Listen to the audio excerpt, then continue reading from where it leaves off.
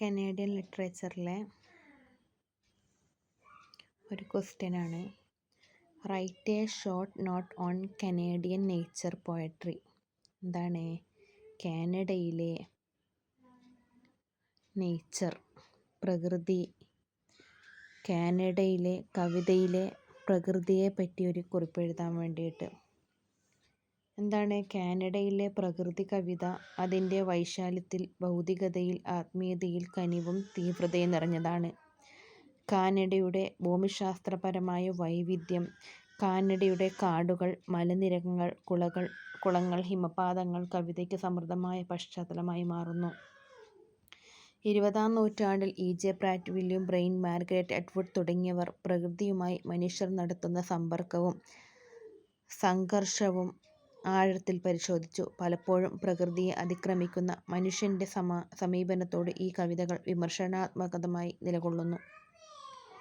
The nature is given immense importance within Canadian culture and especially within the literary imagination. Many types and genres could be considered to be nature writing, from scientific treatises, memoirs, and exploration journals, through novels and short stories, and including all kinds of poetry, from the epic to the short lyric. Furthermore, nature writing in Canada may be related to either explicit or implicit religion. Less common but equally explicit was the religion of nature writing that set forth a human dream corrupted by human sin, contrasted with an unfallen and benevolent world of nature. Two stories anthologized in the Oxford Book of Canadian Short Stories in English illustrate this plain and unambiguous portrayal of nature in the explicit religious context of 19th century Canada. പ്രകൃതിയെ വെറും പശ്ചാത്തലമല്ലാതെ ഒരു ജീവിതാനുഭവവും ആത്മാവിൻ്റെ പ്രതിഫലനവും ചിലപ്പോൾ ദൈവികതയുടെ പ്രതീകം എന്നും Canadian കവിതകൾ കണ്ടിരുന്നു. Romantic പോയട്രിയുടെ സ്വാധീനം ചില കാലഘട്ടങ്ങളിൽ പ്രകടമായിരുന്നുവെങ്കിലും പിന്നീട് അത് പരിസ്ഥിതി സംരക്ഷണ ബോധത്തിലേക്കും മാറ്റം വരുത്തി. കാനഡയിലെ പ്രകൃതി കവിത പ്രകൃതിയുടെ ഭംഗിയും ഭീകരതയും ഒരുപോലെ അടയാളപ്പെടുത്തുന്നതോടൊപ്പം മനുഷ്യൻ അതോടുള്ള ബന്ധം എങ്ങനെ നിർവചിക്കുന്നു എന്നും ഗൗരവമായി പരിശോധിക്കുന്നു. അതിൻ്റെ പ്രാധാന്യം കാനഡയുടെ ദേശീയ പ്രതിച്ഛായയുടെയും സാഹിത്യപര പാരമ്പര്യത്തിൻ്റെയും അങ്ങേയറ്റത്താണ്. The explicit religious context of Canadian nature writing was a supernatural theism and placed the creation outside of nature.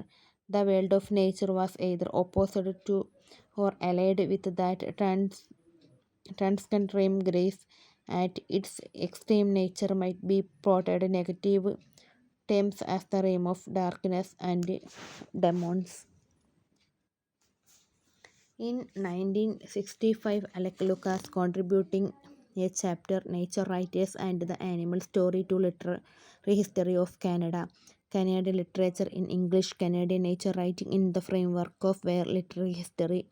Lucas showed how writing about natural world, from biblical and classical texts through the medieval period, inevitably concerns itself the human relationship to nature, and just as often the relationship of both the human and natural to divine. Though Renaissance humanism promoted